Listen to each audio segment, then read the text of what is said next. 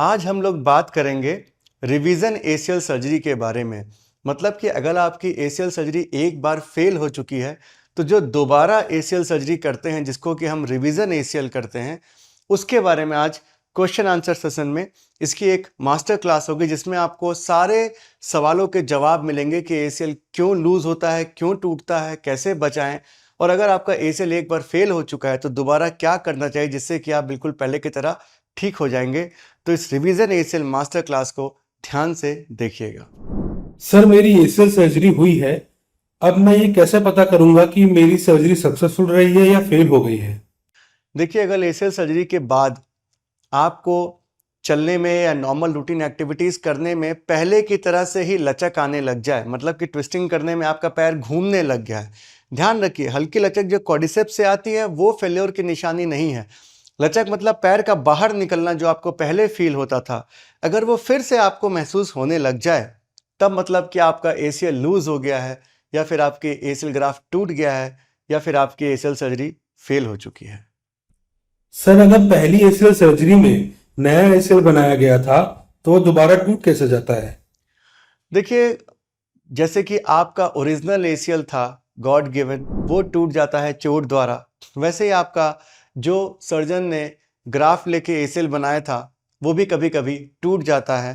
तो कोई भी चीज़ अनब्रेकेबल नहीं होती है। अगर मेरी सर्जरी फेल हुई है तो क्या इसका मतलब यह है कि मेरी पहली सर्जरी गलत हुई थी?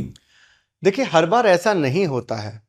मैं ये नहीं कह सकता कि हर बार जो सर्जरी फेल होती है वो केवल पेशेंट की वजह से ही होती है। कभी कभी ऐसा होता है डेफिनेटली कि आपकी एसीएल सर्जरी ठीक से ना हुई हो, उस वजह से फेल हुई हो। ठीक से ना होने का मतलब है कि टनल पोजिशनिंग गलत हुई, या फिर ग्राफ्ट आपका बहुत पतला रहा, या फिर ग्राफ्ट आपका लूज रह गया। पर ज़्यादातर बार जो मैंने फेल्योर्स देखे हैं ना, वो पेशेंट रिलेटेड फैक्टर्स की वजह से होते हैं।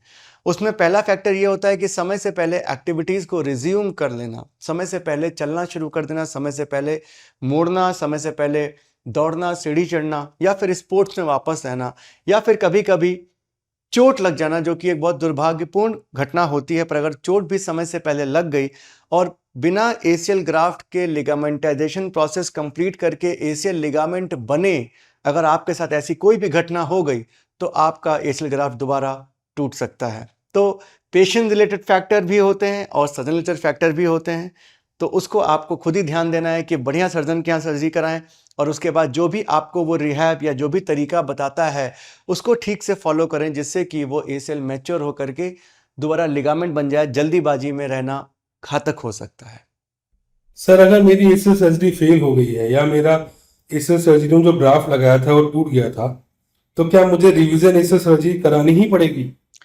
अगर आपको दोबारा लचक आने लग गई तो रिवीजन एसीएल सर्जरी करानी ही पड़ेगी भाई, क्योंकि प्राइमरी एसीएल भी आपने इसीलिए तो कराया था ताकि आप नॉर्मल लाइफ जी सकें। अगर आपके पैर पे कंट्रोल नहीं रह गया है और लचक फिर से आने लग गया तो डेफिनेटली आपके पास एक ही ऑप्शन बचता है, रिवीजन एसीएल सर्जरी का।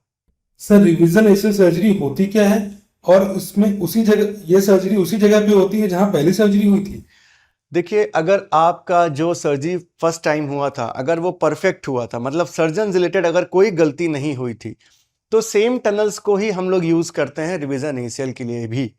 जैसे मान लो पहले 8 साइज की टनल थी, तब उसको थोड़ा सा और डायलेट करके 9 साइज की बना देते हैं और मोटा ग्राफ्ट उसी जगह पे लगा देते हैं। पर अगर पहली सर्जरी में सर्जन रिलेटेड फैक्टर कोई था जिससे कि गलत जगह टनल बनी है, तो हमको नई टनल्स बनानी पड़ती है, तब वो पुरानी टनल्स को हम यूज नहीं कर सकते हैं।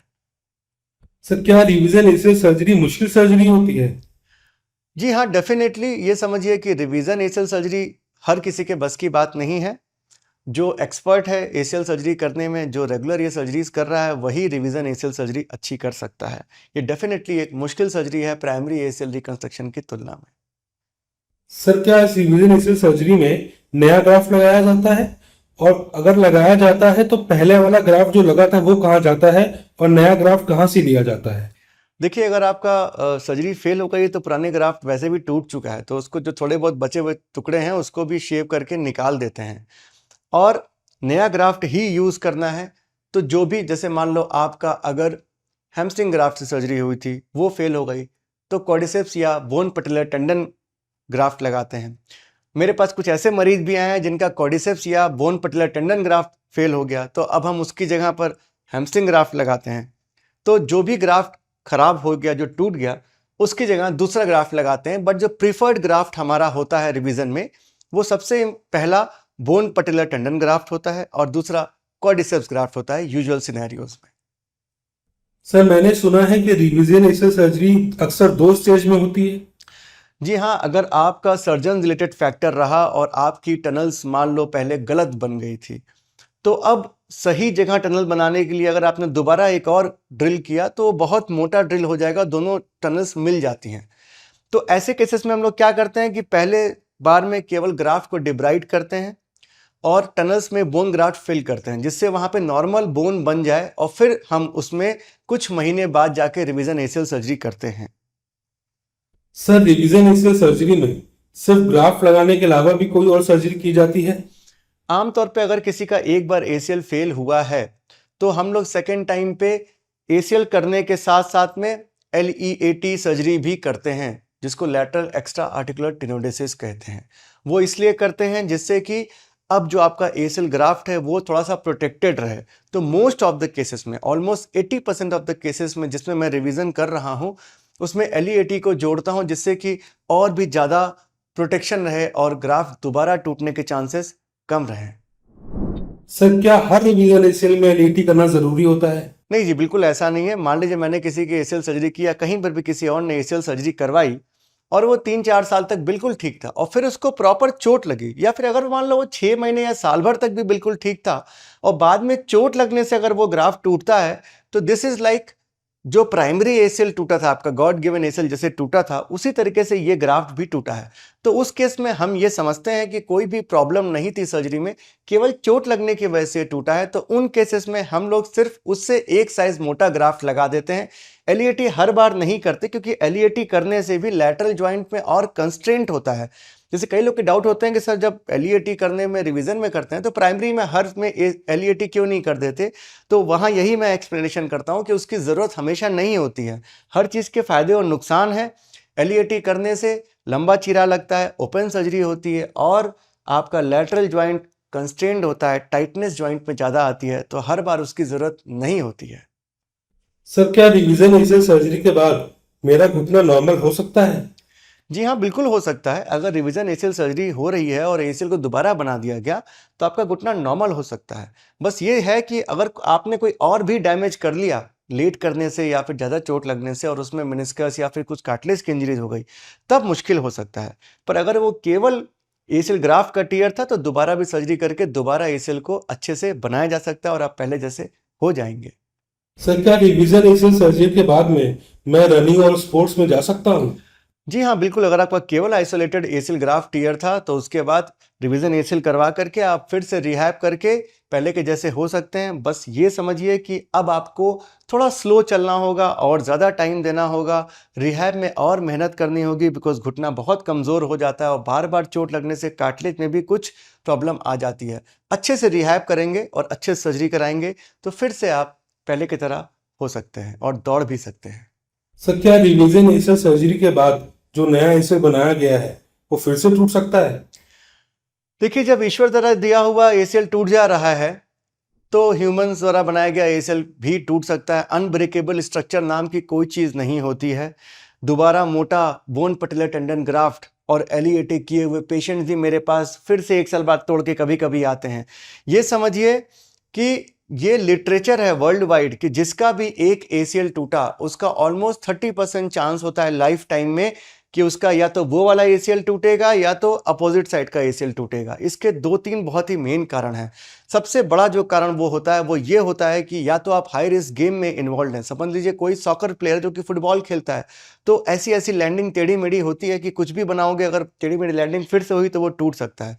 दूसरा जो एक सबसे बड़ा प्रॉब्लम और भी होता है कि आपकी बॉडी में बैलेंस की प्रॉब्लम होना, प्रोप्रियोसेप्शन की प्रॉब्लम होना, आपकी मसल्स का कमज़ोर होना। अगर आपका पैर पतला ही रह गया प्राइमरी एसीएल के बाद तो बहुत चांसेस है कि आपका दोबारा एसीएल टूटेगा, क्योंकि आपका जो मसल्स वीक है वो आपके घुटने को ठीक से सेंटर नहीं कर पा रहा है। आपको रिहैब जो करवाते हैं ना, वो आपको बैलेंस बनाने के लिए, आपका कोर मजबूत करने के लिए और सारी मसल्स को एकदम मजबूत बनाने के लिए करते हैं।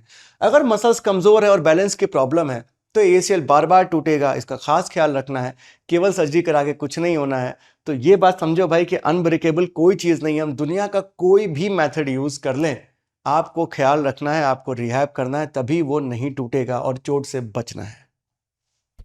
सर मेरी मल्टी लिगामेंट इंजरी हुई थी, जिसमें मेरे एक तरफ के पैर के सारे ग्राफ निकाल लिए गए हैं और अब मेरा एसीएल दोबारा टूट गया है।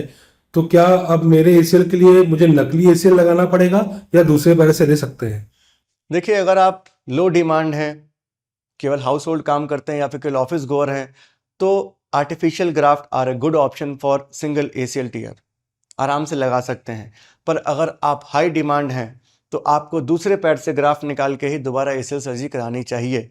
जो अपने आर्टिफिशियल सिंथेटिक ग्राफ्ट आ रहे हैं वो अभी बहुत ज़्यादा टाइम नहीं हुआ उनका हुए, तो लॉन्ग टर्म स्टडीज़ अभी भी लैकिंग हैं।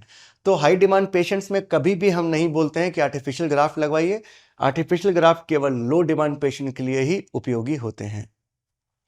तो देखिए, ये था सारे क्वेश्चन जो डाउट्स हमसे सवाल जवाब में या फिर कमेंट सेक्शन में पेशेंट या फिर रोज क्लिनिक में पेशेंट्स पूछते हैं। तो मैं सबको यही बताता हूँ कि देखिए, एसीएल एक लाइफ टाइम में सिंगल टाइम होने वाली सर्जरी होती है। जिसका भी एसीएल दोबारा टूटा, वहाँ पे दो ही गलतियाँ होती हैं। पहली बार उसने सही जगह सर्जरी नहीं कराई, और दूसरी बात जो ज़्यादा इंपॉर्टेंट है कि उसने उसके बाद रिहैब यानी कि फिजियोथेरेपी ठीक से नहीं किया और जल्दीबाजी में अपना काम करने लग गया, या जल्दीबाजी में दौड़ा कूदा खेला, या बाइक जल्दी चलाने लग गया और बिना किसी भी सावधानी के काम किया, जिससे गिरने के चांसेस हुए और गिर के तोड़ लिया। तो दोस्तों, जब भी आप प्राइमरी एसीएल करवा रहे हैं उसका बहुत ख्याल रखें, बिकॉज रिवीजन एसीएल एक बहुत ही डिफिकल्ट सर्जरी है, महंगी सर्जरी है, रिकवरी में बहुत ज़्यादा टाइम लगता है। और अगर आपका बार बार एसीएल टूट रहा है तो आपके बॉडी की टेंडेंसी है, तो फेलियर के चांसेस और ज़्यादा होते हैं। ख्याल रखिए, कोशिश करिए कि पहली बार में सक्सेसफुल हो जाए। और अगर बाई चांस पहली बार में सक्सेसफुल नहीं हुआ और दोबारा टूट गया, तो ऐसी कोई भी गलती दोबारा ना करें जो कि पहली बार में आपने की थी। एक्सपर्ट सर्जन चुनें, उसकी पूरी बात मानें, अच्छे से रिहैब करें, एक्टिविटीज़ को जल्दी रिज्यूम ना करें, और अगर ज़रूरत पड़े तो एलईटी आपका सर्जन करेगा आपके ग्राफ्ट को प्रोटेक्ट करने के लिए। कोई भी आर्टिफिशियल फाइबर टेप या कुछ भी एडिशनल इम्प्लांट लगा के आपके सर्जरी को फुल प्रूफ नहीं बना सकता है। वो भी टूटता है, वो इनफैक्ट ज़्यादा टूटता है। फॉरेन मटेरियल नहीं लगाना चाहिए। ऑटोग्राफ्ट लगवाइए, हो सके तो बोन पटलेट टेंडन ग्राफ्ट लगवाइए जो सबसे मजबूत है, और एलईटी करवाइए। यही सबसे अच्छा इलाज है जो कि रिवीजन एसीएल के लिए माना जाता है वर्ल्ड वाइड। और अच्छे से रिहैब करिए, आप ठीक हो जाएंगे। एक बार एसीएल टूट जाना आपके लाइफ का एंड नहीं है। दोबारा सर्जरी करा के भी आप फील्ड पे लौट सकते हैं। मेरे पास ऐसे पेशेंट भी हैं जिनका 3 बार एसीएल टूटा। पहली बार गॉड गिवन एसीएल टूटा, दूसरी बार उसने जाके कहीं सर्जरी कराई, वो भी स्पोर्ट्स में टूट गया। तीसरी बार उसने बोन पटिलर टेंडन ग्राफ्ट लगवाया और एलईटी कराया, वो भी टूट गया, डिप्रेशन में चला गया, वो गया अब मैं चलूंगा कैसे। फिर उसकी चौथी बार सर्जरी की मैंने, और वो पेशेंट ठीक हुआ, और उसके 4 से 5 साल का फॉलोअप है हमारे पास। तो ऐसे ऐसे मरीज भी होते हैं। मेंटली अपने आप को बहुत स्ट्रांग रखना है। हर चीज़ का इलाज संभव है, बस आपको ख्याल रखना है और अपनी गलतियों को दोहराना नहीं है। अपने एसीएल ख्याल रखिए, अपने घुटने ख्याल रखिए। नमस्कार।